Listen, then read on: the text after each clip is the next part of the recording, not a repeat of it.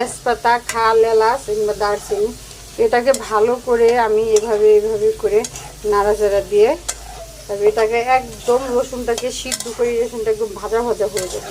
তো আজকে আমি বানাবো জলপাইয়ের শুকনো আচার। কীভাবে বানাই সেটা আপনাদের সাথে রেসিপিটা শেয়ার করছি। তো দেখেন এখানে কিন্তু আস্তে আস্তে চুলে জালটা দিয়েছি। তো ফাইনালি রসুনগুলো দেখেন এখানেই হয়ে গেছে, রসুনগুলো এখন এসে পড়েছে, লালচা লালচা হয়ে গিয়েছে। তো এখন আমি এখানে দিয়ে দিব আমার সেই শুকনো আচারগুলো।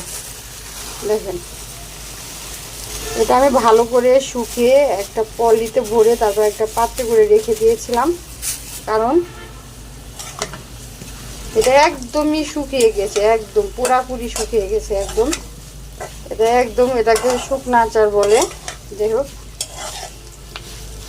দেখেন এটা একদম ভাজতে ভাজতে এখানে তেল লাগে প্রচুর। এগুলো শুকনো আচার খেতে গেলে প্রচুর পরিমাণ তেল লাগে। তো ও সেন্ট বের হয়েছে কি সেই, মাশাল্লাহ মাশাল্লাহ, এত সুন্দর একটা সেন্ট বের হয়েছে যেটা আমি আপনাদেরকে না বললেই নয়।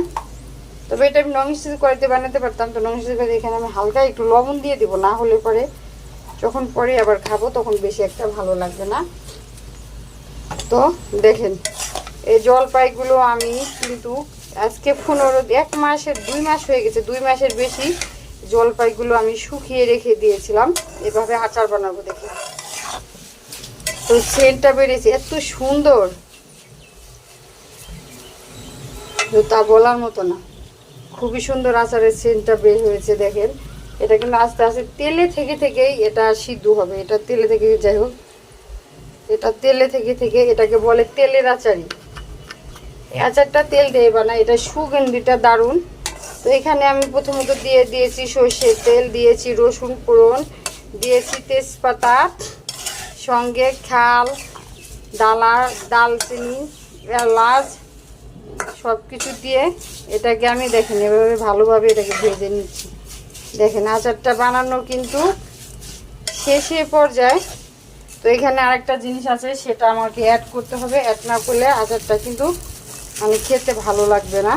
যাই হোক আচার বানাতে গেলে রে ভাই অনেক কিছু লাগে, শুধু খালি মুখে কখনো আচার হয় না। দেখেন এখন আমি 5 ফোড়নগুলো এখানে দিয়ে দিচ্ছি। তো এখানে যখন ভাজা ভাজা এটা হয়ে যাবে দেখেন, তো তেলের সাথে থাকলে এটা আর কিছু না, এখানে শুধু তেলই আছে। তেলের সাথে থাকলে এটা অটোমেটিকলি একলাই ভাজা ভাজা হয়ে যাবে। দেখেন আচার বানানো শেষ।